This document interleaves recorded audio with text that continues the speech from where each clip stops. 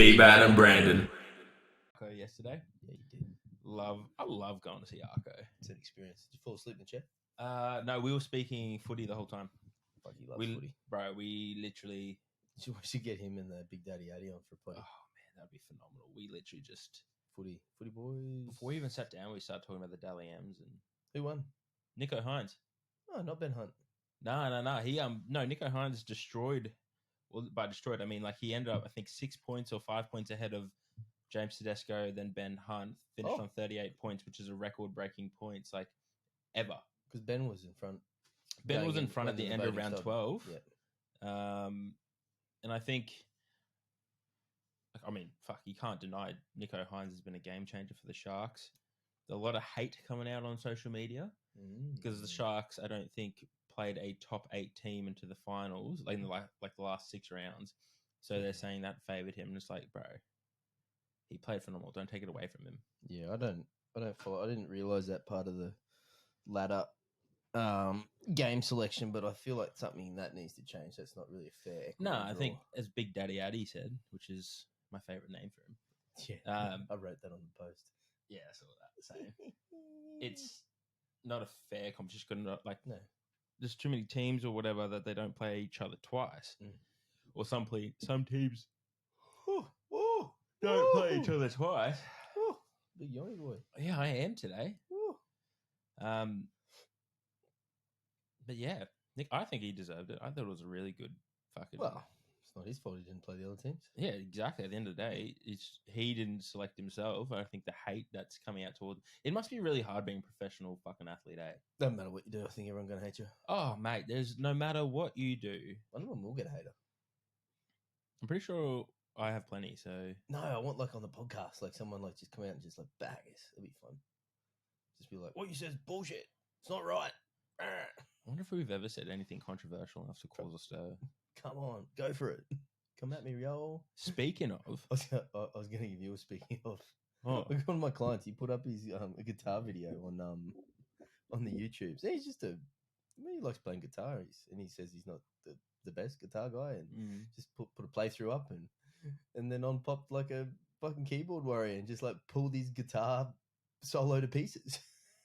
Right down to like at 1 minute 32 seconds, and he doesn't have like he's not known. He's a nice person, but he doesn't have like a big social following or anything. We got 4 friends on the YouTube channel, and just went through his thing with like play by play on each second of what every mistake he made on his fucking guitar thing. I was like, damn, that's just so fucking stupid. I want that. Come on, let's go. Break down my squat. Tell me what's wrong with it. I just like. Tell us what's wrong with the podcast. Give it to us. I mean, audio-wise, I'm sure there's plenty. I'll play, yeah. I mean, our editing skills. Come on, we're fucking trying, all right? Yeah. We're good now. We got our boy. Normally does, eh? Yeah. Now we're good. No more echo. Does that mean it won't catch Kendra screaming out the front anymore? Usually. It does or doesn't? It doesn't. Oh, wow. Yeah. That echo cancellation button is really game changer. I always wondered about that. Everyone get to hear Kendra going bananas with the books. With the books, I love that. She fucking loves her books out there. What else will be? You were about to say something, and then I just overtook you. Bro, Nationals. Oh, yeah. Send it. Okay, Ruchi's gym. Amazing. That place. Like, I know they were saying... So you make a gym. I know they were saying that fucking, the old school laws against... Had to be in a venue. Yeah, at being a venue, you had to be at a venue, not a gym. Doesn't have to be anywhere. Ruchi's gym is a venue. It's amazing. How big it is. Like, 'cause it's around the corner from where it was when we went. But bigger and better with like 6 or 7 monos. It's incredible. 7 or 8 comp benches. So many. All platforms. Matching. Yeah, all matching. It's combo racks. It's insane. All of them. It's an insane venue. Yeah, remember what he said? It takes him 10 minutes to turn it into a comp too, because the facility's already set up for comp. They just move curtains and put some chairs out or something. The media box, everything was just so sick. Insane. I just loved it. Great experience, great atmosphere. So well done to the Ruchis. Good crowd. Look like a good crowd. Very good crowd. Nice. I wasn't sure what to expect, obviously being so far away, but there seemed to be a lot of support for everyone. It's good. Which was really cool. You couldn't fault them. Like, you couldn't fault the comp. You couldn't fault them. So massive shout out to the Ruchi's Gym because that was an unreal experience and probably the best nationals I had been to, GPC Nationals I had been to since Scott Watson ran him on the Goldie. Where's it go next? Did they bring it up? Hunter Valley. So Newcastle. Yeah. Newcastle crew. Yeah, Hunter Performance going to take it, which would be pretty trying sick. to follow the Ruchis. Yeah, that's a big one. That is a big one to follow. I didn't even think of it. Well, unless the Ruchis are going to share their technology, which they may or may not. How do you top what package they could deliver? Oh man, I don't even think it's like. I think at the end of the day, like the recipe for a good comp, like you've nailed it. No matter what, good atmosphere it starts from the lifters, but it comes from the organization of behind the scenes stuff. Behind the scenes stuff, like breakthrough, same thing. Great atmosphere, but everything, ran smoothly because the organization was there. Whereas atmospheres at other, like again, Valhalla comps, Matt organizes everything, so all lifters have to do is show up, and the audience just has to yell at people. Like it's. I think coming down to that, no matter what you do, it will be a good comp. I just think we were very privileged this time around to have the Ruchi's intelligence behind it and all those systems they created. Incredible facility. Oh, it's just, and you know what the best part was? The toilets were clean. Oh, that's, if I was to put a top something list together, clean toilets on my top list. Man, it's, and like, particularly for and lots of them? That also very important. Many toilet and many clean toilet, in fact. Most important, and many working toilet. Very important experience for a lifter and audience. Both Breakthrough and Nationals had Portaloo toilet thingies. Both were just incredibly, what does you call it? Incredibly clean. Nothing wrong with Portaloo at a comp. It's just got to be clean. But just a clean Portaloo is nice. And they both smell great. They never, you know how they usually smell? Maybe they technology. Not ones like maybe at Pro Raw that were like dirty, stinky Portaloos. I wasn't going to say that. I was thinking it. That's my thing. Because they were nasty. They were fucked. Like, I wouldn't want to touch my butt on those seats. I didn't want to stand on the floor with my shoes. Both those comps too had food vendors. Big thing. Had a coffee station. Gotta have snackies. And it was just good because it added to the crowd. Yeah. I mean, and that's, I think, what creates atmosphere is the crowd, and you need to do something to ensure you have crowd and then keep crowd. If we want to keep the sport growing, exactly. If we want to keep the sport growing, if we want to keep the sport developing and becoming more, I guess, what's the thing, entertainment friendly, or making it more entertaining. It's got to be entertaining. The crowd has to be entertained. The crowd has to have some sort of like reason to stay. Yeah. Because we know like most people are going to leave at bench. And if you've come to watch your one person, family member, friend member, which is most likely your one person, they're lucky, too. They're literally lifting for 9 minutes out of the 6 hours you're there. 100%. So for the other, however many minutes is left, I think it's a lot. It needs to be somewhat enjoyable to be there. And I think Ruchi's Breakthrough, you nailed it. It's sick. It's good. But more and more people are nailing it. That's the thing. I think the standard of comps across the board, we can say, is raising. Like, I wasn't obviously at Capo Nats, but fuck me, that looks sick. Very cool. Yeah, very organized, very nice, very shiny. Do you ever think though, like, where should be? Do you think we're just super privileged because we've had such good comps up here? Like between Capo comps that you run, Maddie's comps have stepped up substantially since he took over. I think we're just lucky, or we've just been exposed to really people that are prepared to put the work in, and run it. I think not trying to necessarily chase direct financial gain out of the event as their priority, and just making the priority the event itself and not lose. You know what I really think the turning point was, and this is not to blow smoke up your ass, though I do love blowing smoke up your ass, is that Capo comp deadlift, night of the deadlift 2019, 2020? Yeah, last year before. The brothers one, the first one with the smoke machine. That one, I think, it just blew anything out of the water that we had seen so far. It just shows what you can do. Like you can do all these things at a comp. Why not? Exactly. Why not do them? Like smoke machine's not that expensive. No, it was like $200. Oh wow, it's not that expensive. Matt, I want a smoke machine at Valhalla next time. Yeah. Just so as I come out. I mean, even at a state comp, like I get maybe you don't have a smoke machine at a state comp, but just something simple like having these lights on the platform. So the Mm. lifter is highlighted. Like, fuck, they're not that. You can hire these for $50. Matt, I have some in my office. Yeah, they're not that expensive. But No. it's those little things you can do that either you haven't thought of or you just can't be fucked to do that make the big difference. Like we put an LED strip around the platform now. It costs $10 off fucking Amazon, but it looks fucking cool. It does. Yeah, and $10, yeah. The LED light's so cheap, bro. Yeah, bro. So good. I won't say that on the podcast because it is an exclusive. I'll tell you off air. Yeah, sick. But it's all those little things, and I get my inspiration from watching what they do at Open and Pro comps in the US and Russia, and just WRPF comps. and Remember the WRPF Worlds? Yeah. Like I saw, like last year, I saw it was a IPF like Arnold's comp in the US. So US fucking something. Yeah. And they were all walking down the corridor onto through the audience to go on the platform to lift weights. I was like, fuck, that's sick. Let's do that deadlift comp. 100%. So you put the marshalling area behind all the thing. Everyone's got to have an experience. Obviously, that doesn't work for a fucking squat because you're full of knee wraps. Well, not for us, for them it does because they're in sleeves. But how fucking cool is that? Let's put them at the back. Let's run them down the fucking gauntlet with the crowd around them while the loud music's going live.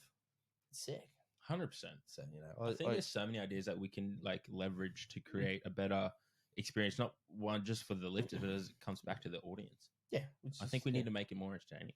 It needs to be very entertaining. And then at a local level where the funding doesn't exist to create entertainment, you just need to make sure you've got a good experience to the lifters. So the back end of the stuff is super nice. There's lots of information. It's very clear on what's happening on the day. The day runs concise. There's nothing worse than a comp that starts late.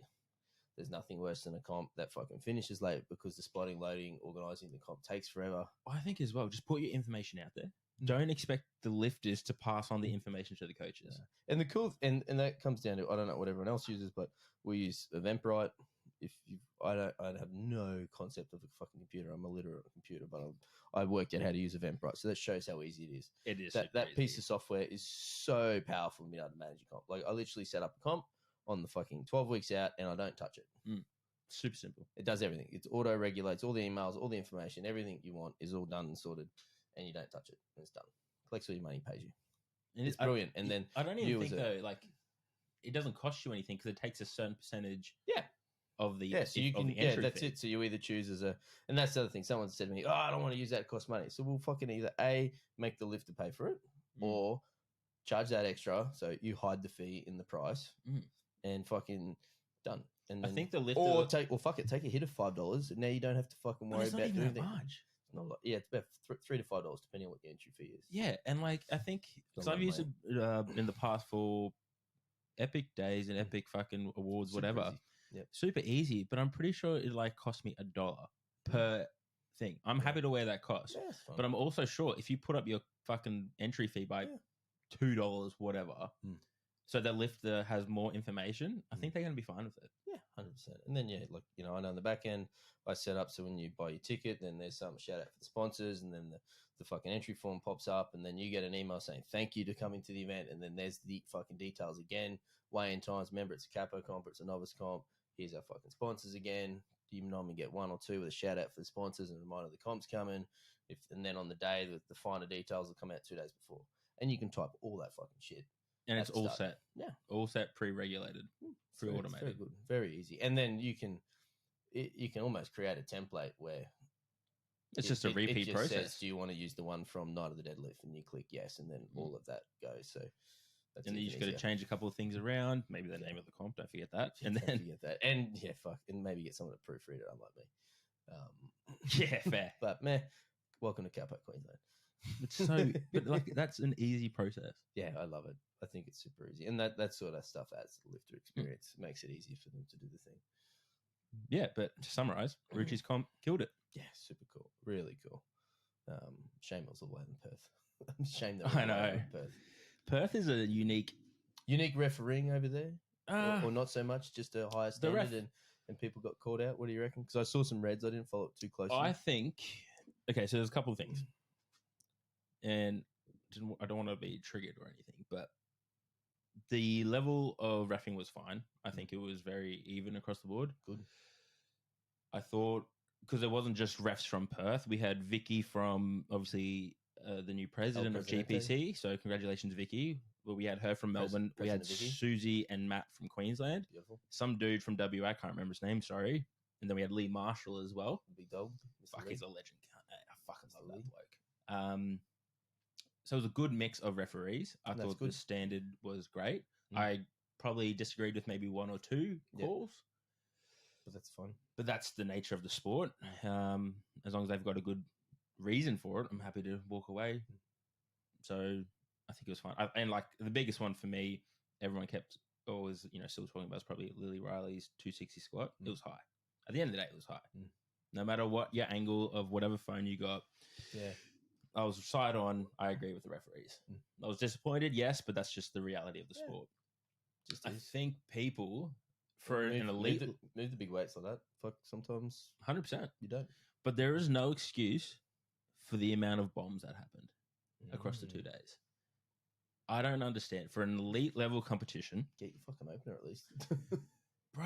Like I can understand to a degree. Like okay, so Nicole Farrell missed her opening squat based on a technical like depth.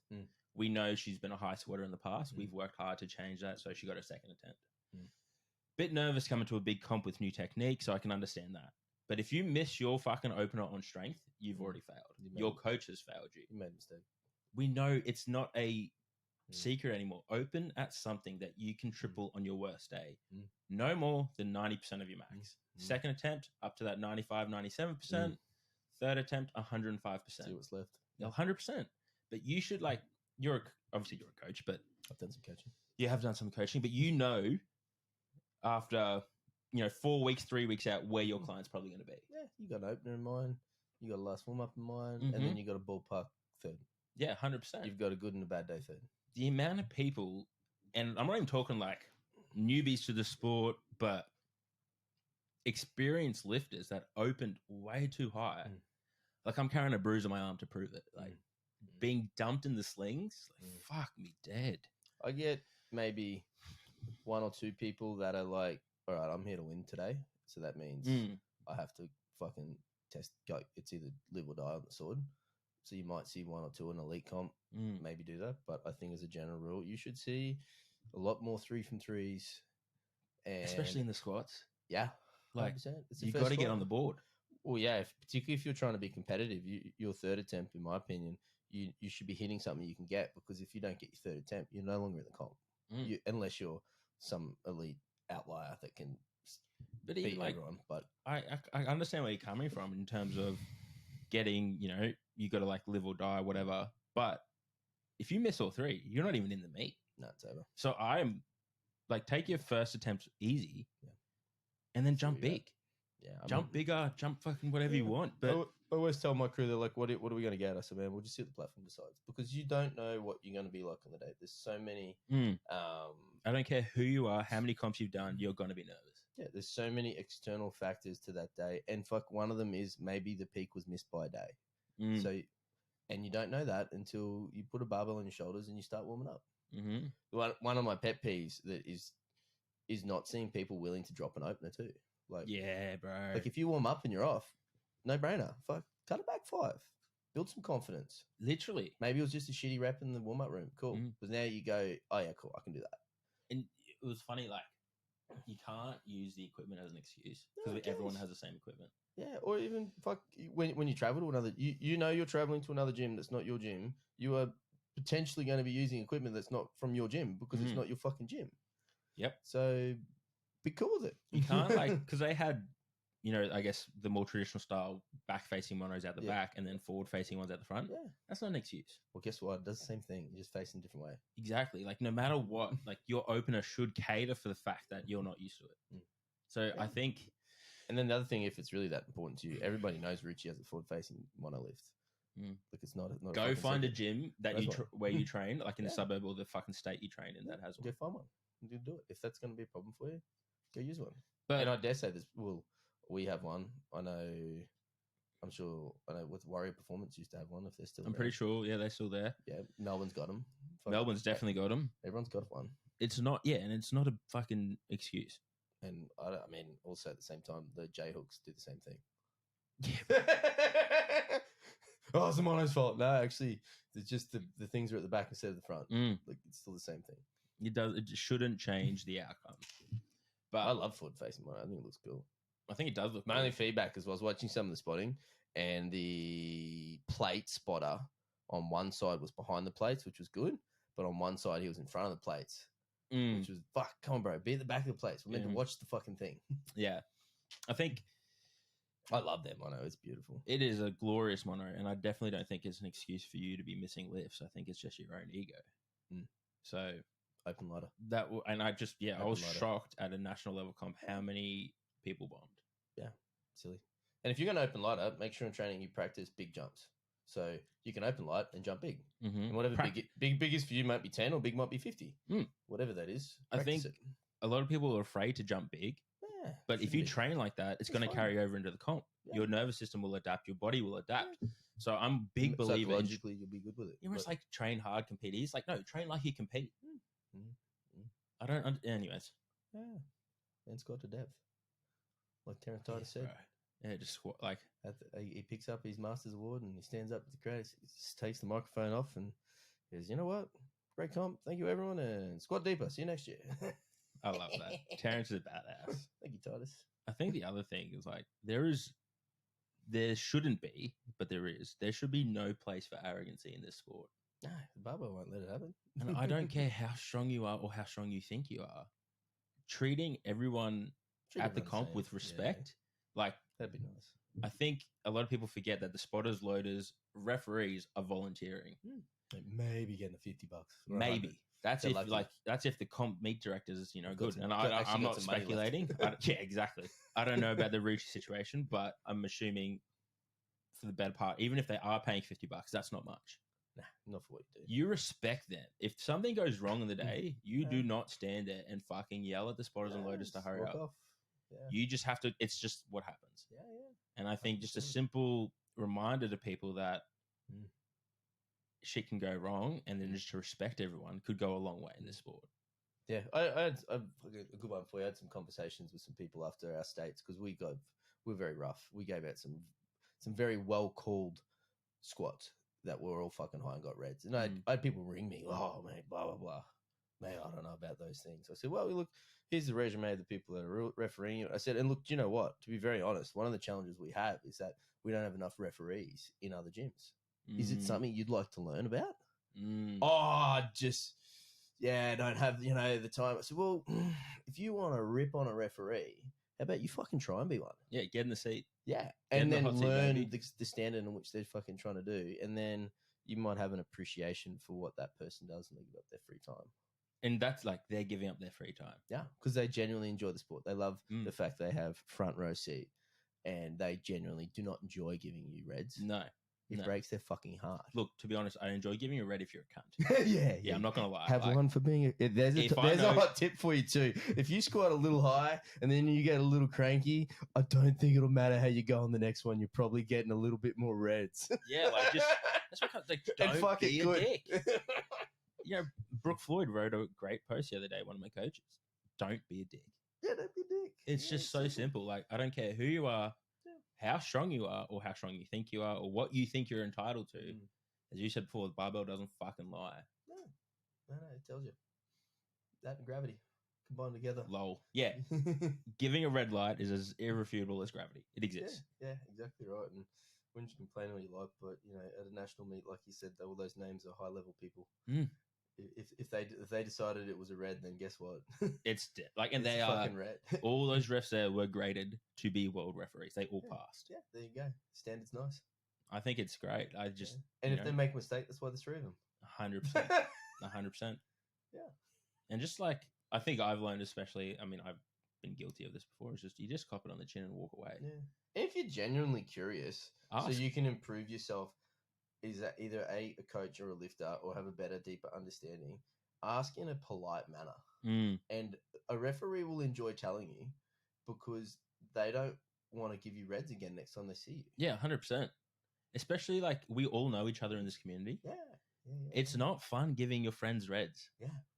But it's the nature of the sport. Yeah. So cop it on the chin, take it like a big dog, walk away. Yeah. Unless you are a dumbass ref who doesn't understand the rules, then I'll pick you out and fucking yell at you. I can say that because I'm a ref across 3 federations now. Yeah, that's what little novice refs come along, getting grown and developed. And I do like what they do at, is it Muscle Pit with the ref development stuff? Yeah, run by Zoe. Yeah, I think Capo across the board, roll that out. We'll be running 2 workshops in Queensland. I think and that's then brilliant. To maintain your status as a ref, as an active referee, I should say, you need to have visited at least one of those workshops on the calendar year. Otherwise, you'll no longer be considered active as a referee. How good is that? Yep. GPC, take a hand. And it's good because one of the challenges you have as referees is you don't get together as a collective too often. You'll get together with your 3 or 4 referees, and you don't get to have an actual collective discussion around the rules, whether it's updates or just the standard in which the state organizer, me, or the national organizers or referees, Mason, wants us to lift that. So you get together as a collective, and then you walk away and go through those sessions, and then, yep, cool, fuck yeah, we're all level. I think that's a great point. Super cool. And they do that in WA, the same thing. I'd love to see that. And again, I know it's going to take resources and time, but if we do want the sport to grow, if we do want to bring more people, which it then brings more revenue, which then lifts the whole sport, we got to implement that. Or it brings more fucking fireworks. Or fire. Yeah, more money means more fucking cool shit I can buy. You heard it here first, team. Like the deadlift comp, let me just say, may or may not have booked in a venue, and if it pulls off, which it should, it'll be like nothing's ever seen before. And I know I always say that, Johnny always says that, but I'm fucking serious. Yeah, but I think people should know by now that when you say that, you mean it. Yeah, oh fuck, I have like a mad lineup for it. I wonder if we can get rope Thomas Illy into doing it again. Probably in about 2 weeks we'll start start harassing him. Be about right. I reckon we could do it. I saw his post on RDLs the other day. He's definitely doing some hinging. He's ready. Yeah, he said he hasn't done the big 3 in a while, but then I did see he did it. He told me he did it overseas, so I think he's ready. That rubber arm could be twisted again. Let's fucking go. Bendy ass. I mean, I bumped into Lisa Olf from Zero the other day, and she was talking about a few of them coming. I know Big Woz is coming, so that's already some zeros. Let's get the kingpin of Zero himself. This is Zero's lol. Yeah. Anyone out there who knows him, fucking slip in them DMs. I would love for all our listeners to bombard Thomas with messages. Let's go, Thomas. Let's go, bro. Tombro7 Tombro7 on Instagram. Get into his DMs, slip into those DMs, and just say, "I heard you're doing Johnny's deadlift comp." Yeah, it's on. Not a deadlift too. Full send. And then he hurts his neck again and blames us for another 12 months. Yeah, it's okay. I got big shoulders. I can deal with that. I know some physios. You know some physios. That's pretty funny, actually. Yeah. I want to message him after this. Fuck that. This will be out well and truly after that. I mean, I'll have his entry by then. By the time this comes out. Thomas Lilly, I will sponsor your entry. Yeah, done. So will I. I'll sponsor your Capo membership. Sorted. Done. Quick training update. Deadlifts are good. Haven't trained this week after a whole bunch of travel, and there's another comp this weekend. I just did not train. I was like, fuck it. My body is screaming for sleep. What an adult decision. I know. Well done. And you know what? It's been the best thing. I've slept in. It doesn't matter if you take a week off. Fuck no, my body feels so good. Don't do it too often, but sometimes you do. Don't do it too often. Yeah. Keep training. Saying that with a small disclaimer. It's the complete opposite of your deload method. Like you peak something else. Yeah. Like, sometimes I have a week off. Yeah. Sometimes you're smart. Yeah. Sometimes I have a week off. You sometimes pull I pull some things. But look, man, after last year, I feel good. Felt good. Squats out. Beautiful. Lovely. Big daddies tomorrow. Let's go. You have a question for me, don't you? No, that was it. Oh, that was it? Yeah, sick. Training update question. Okay, sick. Everyone. Questions. What colour undies you got? That's a good question. Black and grey. Tradies. A little bit of fluid. Tradies. Still running them. Do need to get more, actually. We should get sponsored by Tradie. Fucking sponsor us. Mate, we'll pod in the undies.